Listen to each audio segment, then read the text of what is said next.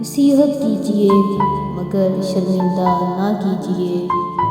مقصد دستک دینا ہوتا ہے، دروازہ توڑنا نہیں۔ ٹھوکر بھی انہی کو لگتی ہے جن کو رب نے تھامنا ہوتا ہے۔ مومن بندے کی نشانی یہ ہے کہ جب اس کی موت کا وقت قریب آ جاتا ہے تو اس کے چہرے پر مسکراہٹ بھی آ جاتی ہے۔ بس اللہ ہی بہترین محافظ ہے اور وہ سب مہربانوں سے بڑا مہربان ہے۔ جن کا بھروسہ اللہ ہو ان کی منزل کامیابی ہے۔ میں نے پوچھا بابا جی حسد کیا ہے؟ کہنے لگے رب کی تقسیم سے اختلاف رکھنا۔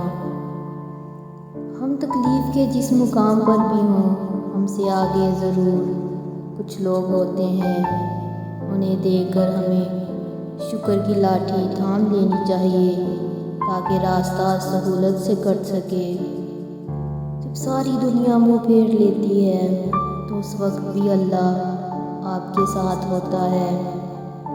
ایمان والی عورت کا اصلی زیور سونا چاندی نہیں بلکہ حیا اور پردہ ہے۔ اللہ بہتر کرے گا، لیکن اگر اللہ نے بہتر نہ کیا تو ایمان رکھو اللہ بہترین کرے گا۔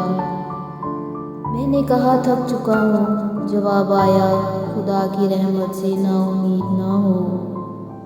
سب سے خطرناک ناراضگی وہ ہوتی ہے جس میں آپ کبھی اس شخص پر جتاتے نہیں کہ آپ ناراض ہیں۔ پریشانی میں مذاق اور خوشی میں طعنہ مت دو، کیونکہ اس سے رشتوں میں موجود محبت ختم ہو جاتی ہے۔ ہر ٹوٹی ہوئی امید مجھے میرے اللہ سے جوڑتی ہے۔ مجھے اس شخص پر تعجب ہوتا ہے جو روز دیکھتا ہے کہ اس کی سانس اور عمر کم ہو رہی ہے اور وہ موت کے لیے تیاری نہیں کرتا۔ ہمیشہ سچ بولو تاکہ تمہیں کبھی قسم کھانے کی ضرورت نہ پڑے۔ جو کسی کا برا نہیں چاہتے ان کے ساتھ کوئی برا نہیں کر سکتا، یہ میرے رب کا وعدہ ہے۔ صبر رکھو، ہر چیز آسان ہونے سے پہلے مشکل ہوتی ہے۔